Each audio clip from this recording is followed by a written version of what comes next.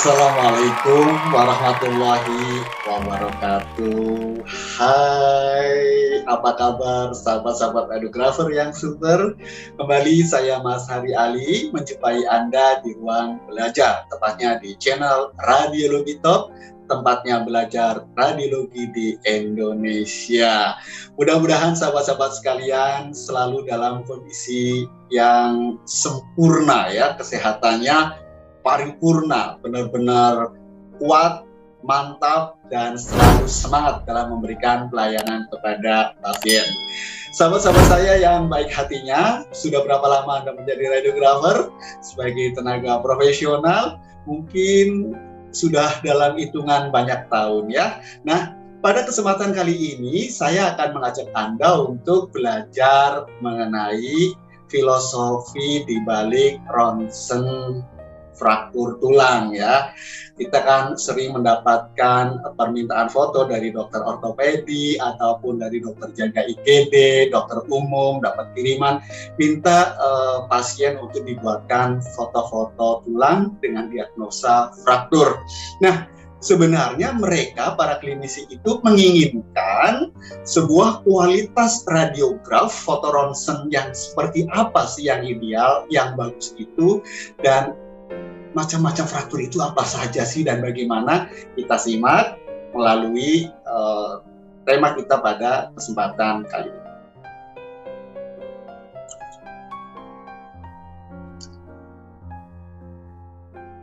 Sahabat-sahabat saya yang baik hatinya, pada kesempatan kali ini materi yang akan kita bahas adalah mengenai foto ronsen fraktur tulang ya.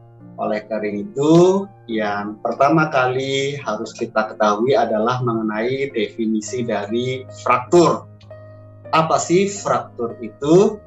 Nah, menurut teori didefinisikan bahwa fraktur adalah terputusnya kontinuitas struktur tulang dan atau tulang rawan yang umumnya disebabkan oleh luka paksa atau trauma.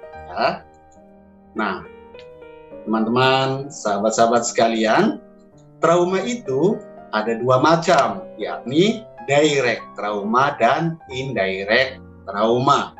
Disebut direct trauma apabila fraktur berada di daerah impact. Adapun indirect trauma adalah ketika fraktur pada tulang yang berjauhan dengan daerah impact. Jadi, ketika misalnya fraktur adalah tepat di daerah di mana tulang itu mengalami benturan, di daerah. Tapi misalnya yang mengalami benturan ada di daerah knee joint, tetapi yang fraktur ada di pedis, nah itu namanya indirect trauma. Nah, sahabat-sahabat sekalian, ketika sebuah foto ronsen tulang sudah selesai kita buat, seorang dokter biasanya akan melakukan evaluasi atau expertise. Demikian juga seorang klinisi, walaupun foto ronsen tersebut sudah ada expertise-nya, sudah ada jawaban dari ahli, tetap saja kadang mereka juga ingin melihat secara langsung radiograf dari sang pasien. Nah, ini juga perlu kita ketahui sebagai radiografer profesional harus mengerti bagaimana sebuah radiograf akan dibaca atau dianalisa. Nah, persiapan pembacaan yang pertama adalah kita harus menghidupkan iluminator. Nah, ini dia contoh dari gambar iluminator, yaitu sebuah papan yang di dalamnya sudah ada lampu, kemudian radiograf kemudian dipasangkan di situ. Setelah dihidupkan iluminatornya, disambungkan dengan listrik, kemudian lampunya menyala, lalu foto tersebut diletakkan pada iluminator tersebut dengan sisi kanan foto berada di sisi kiri pembaca. Jadi berlawanan ya. Kemudian sekali lagi yang perlu diingat, pastikan posisi foto tepat atau sesuai dengan posisi anatomis. Dalam hal ini yang kita maksud adalah peletakannya jangan sampai terbalik-balik, yaitu sisi kanan foto berada di sisi kiri pembaca. Selanjutnya adalah penilaian kondisi foto.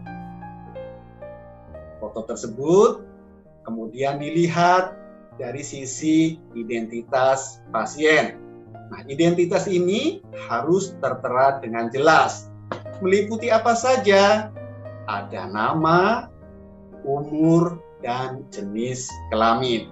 Jadi yang dimaksud identitas pasien pada radiograf meliputi nama, umur, dan jenis kelamin dari pasien.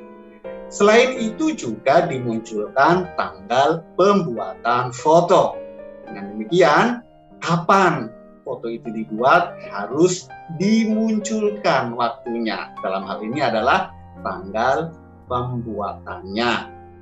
Kemudian juga dimunculkan pula marker, yaitu tanda sebelah kiri dan atau tanda sebelah kanan. Jadi salah satu ya, kalau sudah dibuat sisi kanan, maka cukup, tidak perlu diletakkan tanda sebelah kiri. Kemudian faktor eksposi yang meliputi KV dan MA, kilovolt dan miliampere juga sebaiknya dicantumkan. Pada beberapa peralatan diagnostik yang digital sudah automatically biasanya disetting muncul dengan sendirinya tanpa ditulis secara manual. Dan ini yang sangat penting sekali terutama pada foto-foto tulang, pastikan foto ronsen memenuhi rule of two, terutama to view and to join. Nah, apa itu rule of two? Mari kita pelajari lebih detail. Sahabat-sahabat radiografer yang baik hatinya, dalam konteks foto ronsen tulang, setidaknya ada 5 rule of two, yaitu meliputi to view, to join, to line, to injuries, and to ovation. Nah, mari kita simak satu persatu. Kita mulai dari to view, ya, atau dua sudut pandang. Jadi, foto ronsen tulang itu dibuat dua foto dengan dua proyeksi. Kita ambil contoh misalnya pada foto ankle. Maka dalam foto ankle tersebut dibuat foto dengan proyeksi antero-posterior dengan lateral. Kemudian bagaimana dengan foto pedis? Nah, untuk foto pedis minimal 2 AP lateral atau AP oblik. Seandainya sahabat-sahabat radiografer membuat AP lateral dan oblik, tentu itu jauh lebih baik. Tetapi tentu harus dilihat dari aspek ekonomisnya. Apakah sudah masuk dalam bagian perhitungan tarif atau belum? Nah, ini harus hati-hati supaya jangan sampai kemudian tempat kita bekerja mengalami defisit ya atau kerugian. Sahabat-sahabat radiografer yang baik hatinya. Berikutnya adalah to join. Nah, kita lihat pada layar monitor ada contoh gambar dari lengan bawah ya. Nah, sahabat-sahabat sekalian, persendian proksimal dan distal pada bagian tulang yang mengalami fraktur harus terlihat. Jadi pada foto ronsen tulang panjang maka ada 2 sendi. Nah, sendi di sisi proksimal dan distal harus semuanya tervisualisasi. Persendian terdekat dengan daerah fraktur juga harus terfoto. Nah, Anda bisa lihat pada foto yang di layar, maka 2 sendi sudah memenuhi kriteria. Selanjutnya adalah aturan culaim, ya, atau 2 lengan. Nah, bagaimana? Mari kita lihat ketentuannya. Anggota gerak yang sehat juga dapat dibuat fotonya dengan perbandingan. Nah, sahabat-sahabat sekalian, Kita perhatikan misalnya pada pasien yang mengalami sakit ada di tangan sebelah kanan, maka yang sebelah kiri walaupun tidak sakit tetap harus dibuatkan fotonya. Dan ketentuan berikutnya adalah to injuries, ya. Ini apa yang dimaksud? Pembuatan foto ronsen pada bagian tubuh lainnya untuk melihat ada tidaknya cedera pada bagian tubuh lainnya. Misal pada fraktur femur, maka perlu dibuat juga foto ronsen pada tulang belakang atau pada pelvis, sehingga walaupun pelvis dan tulang belakang tidak ada keluhan ketika itu, tetap harus dibuatkan, karena boleh jadi pada saat itu si pasien belum merasakannya, sehingga ini yang kita istilahkan dengan two injuries. Berikutnya adalah two occasion atau dua waktu. Maksudnya adalah pembuatan foto ronsen ulangan beberapa minggu setelah trauma. Tujuannya apa? Untuk menunjukkan lesi yang tidak terlihat jelas setelah trauma. Atau juga bisa disebut dengan foto kontrol. Jadi setelah di ronsen bukan berarti kemudian sudah selesai. Maka pada pekan berikutnya harus dibuat foto lagi dengan proyeksi yang sama. Sahabat-sahabat radiografer yang super. Nah, kita sekarang akan belajar mengenai deskripsi foto ronsen fraktur tulang. Kita akan membuat sistematika secara berurutan. Kita mulai dari site atau letaknya. Jadi biasanya identifikasi tulang yang sedang diamati harus kita cermati betul. Misalnya tulang apakah itu? Femur ataukah tulang tibia? Dalam konteks yang ada di layar monitor Anda, ini adalah tungkai bawah, berarti tulang tibia dan fibula. Kemudian tentukan tulang berada di sebelah mana, kanan ataukah kiri. Sesuai dengan yang tadi sudah disampaikan di awal bahwa kriteria foto yang bagus harus ada markernya. Nah, maka kita pun harus tahu ini sebelah kiri atau sebelah kanan dengan melihat dari marker. Atau juga bisa dilihat dari anatomi tulang yang difoto. Sahabat-sahabat radiografer yang baik hatinya. Kemudian, amatilah apakah terlihat garis patahan atau fraktur lain. Kemudian jika terlihat garis patahan atau fraktur lain, tentukan bagian tulang di mana terdapat fraktur lainnya. Sahabat-sahabat saya yang baik hatinya, jika fraktur lain terdapat di bone shaft atau di batang tulang, maka biasanya dibagi atas 3 bagian, yaitu apakah pada sepertiga proksimal, apakah berada di sepertiga medial, ataukah di sepertiga distal.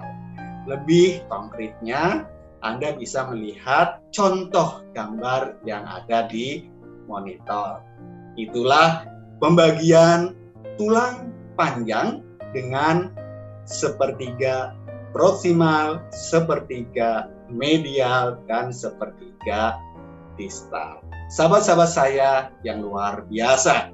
Sekarang kita menuju kepada tipe fraktur. Fraktur itu terbagi menjadi 2, yaitu fraktur komplit dan fraktur inkomplit. Disebut sebagai fraktur komplit bila garis patahan melalui seluruh penampang tulang atau melalui kedua sisi korteks tulang seperti yang terlihat pada foto. Kemudian, fraktur komplit ini disebabkan ruda baksa yang berkekuatan tinggi. Nah, teman-teman bisa lihat pada layar monitor. Jadi, benar-benar frakturnya ini melalui seluruh penampang tulang. Nah, ini dia. Anda tentu bisa melihat dengan jelas contoh gambaran fraktur komplit pada layar monitor Anda saat ini. Kemudian bagaimana pula yang disebut dengan fraktur incomplete? Bila garis patahan atau fraktur lain tidak melalui seluruh penampang tulang atau periosteum intern. Contohnya adalah fraktur green stick, yaitu garis patahan mengenai salah satu korteks tulang dengan angulasi korteks lainnya. Nah, ini contohnya. Jadi tidak putus keseluruhan, hanya pada satu korteks tulang saja. Kemudian contoh fraktur incomplete berikutnya adalah fraktur hairline atau garis patahan tampak halus seperti rambut. Fraktur retak rambut. Anda bisa perhatikan gambar di layar monitor, sangat tipis sekali ya bentuk frakturnya. Nah, fraktur tersebut disebut dengan fraktur hairline. Jadi garis patahan tampak halus seperti rambut. Sahabat-sahabat saya yang baik hatinya, nah ini adalah contoh dari tipe fraktur incomplete ya. Yang satu adalah contoh dari fraktur green stick, dan yang kedua adalah fraktur hairline atau retak rambut. Anda bisa perhatikan melalui tanda panah. Untuk yang green stick, yang tanda panahnya warna merah, dan untuk yang hairline, yang tanda warna putih dan tanda panah warna hitam. Sahabat-sahabat saya yang baik hatinya, bila fraktur bertipe komplit, maka kita harus menentukan bentuk garis patahan. Misalnya, garis patah melintang, garis patah yang oblik, atau garis patah spiral. Contoh gambarnya bisa Anda perhatikan di layar monitor. Melintang karena trauma langsung, oblik atau serong karena trauma angulasi, dan spiral karena trauma rotasi. Sahabat-sahabat saya yang baik hatinya, kita lanjutkan. Yang berikutnya ini adalah contoh-contoh dari garis ya fraktur, common type of fracture. Nah, tulang dibagi menjadi 3, ada proksimal, medial, dan distal. Dan tipe frakturnya ada transversal, spiral, ada oblik, cognitive, dan segmental. Anda nanti tinggal menyesuaikan saja. Sahabat-sahabat saya yang baik hatinya, jadi istilah ini disebut dengan konfigurasi fraktur ya. Sahabat-sahabat sekalian, sekarang kita menuju kepada jumlah garis patah. Nah, tentang jumlah garis patah ada yang disebut dengan cumulative fracture. Nah, ini jadi frakturnya itu lebih dari satu dan saling berhubungan. Kemudian segmental fraktur artinya frakturnya lebih satu tetapi tidak berhubungan. Dan yang ketiga ini disebut dengan multiple fraktur. Kenapa? Karena lebih dari satu dan tulangnya berlainan ya. Jadi bukan cuma satu tulang tetapi beberapa tulang. Maka disebut dengan multiple fraktur. Inilah istilah dari jumlah garis patah pada tulang ya frakturnya.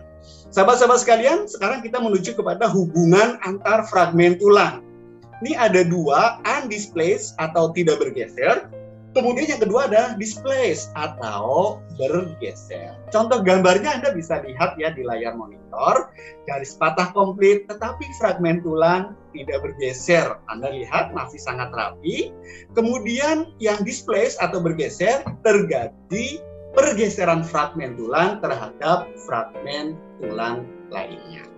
Nah, tipenya ada beberapa, yaitu translasi, angulasi, rotasi, dan length. Adapun yang length itu dibagi menjadi 2, saling menjauhi dan overlapping atau terjadi pemendekan tulang karena saling tulang tindih. Nah, hubungan antar fragmen tulang yang displaced ya, Anda bisa lihat contohnya.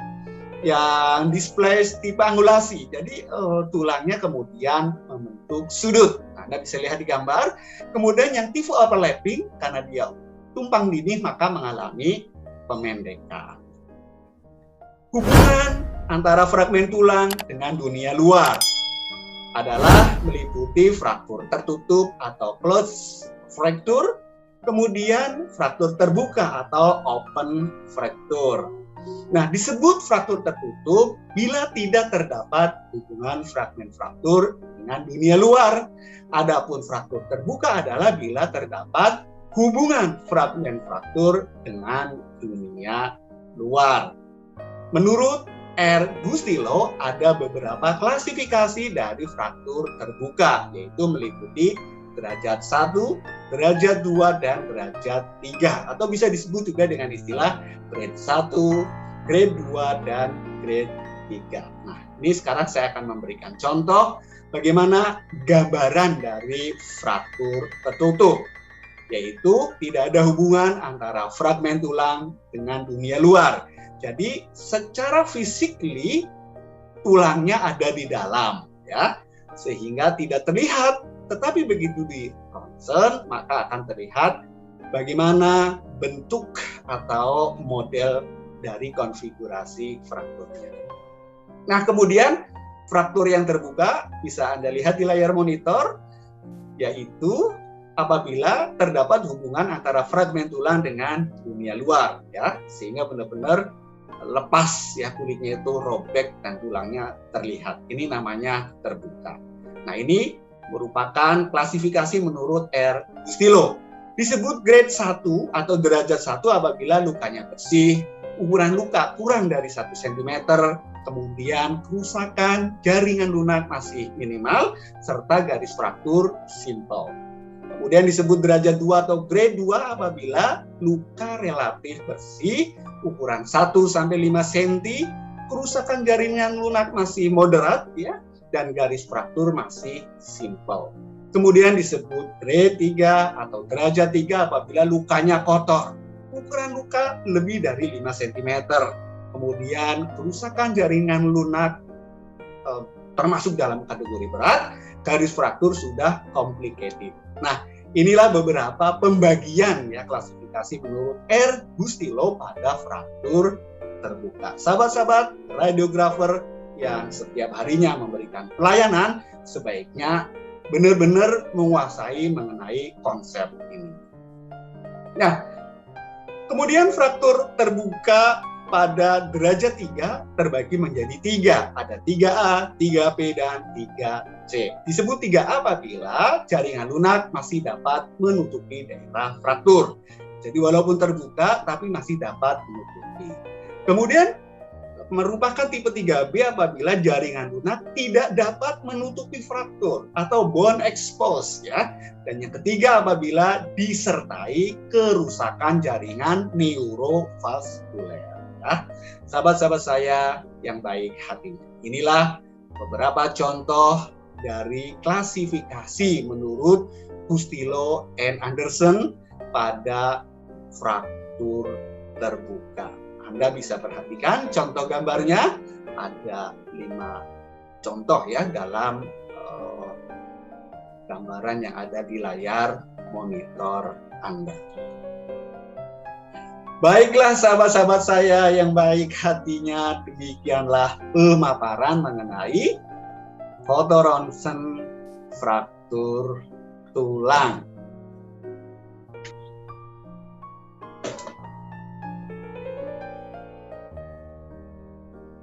Sahabat-sahabat saya yang baik hatinya, demikianlah pemaparan dari foto ronsen fraktur tulang secara komprehensif yang harus diketahui oleh radiografer sehingga ketika memberikan pelayanan dalam membuat foto ronsen tulang akan sesuai dengan ekspektasi dari dokter pengirim atau klinisi, sehingga akan dapat membantu proses menegakkan diagnosa.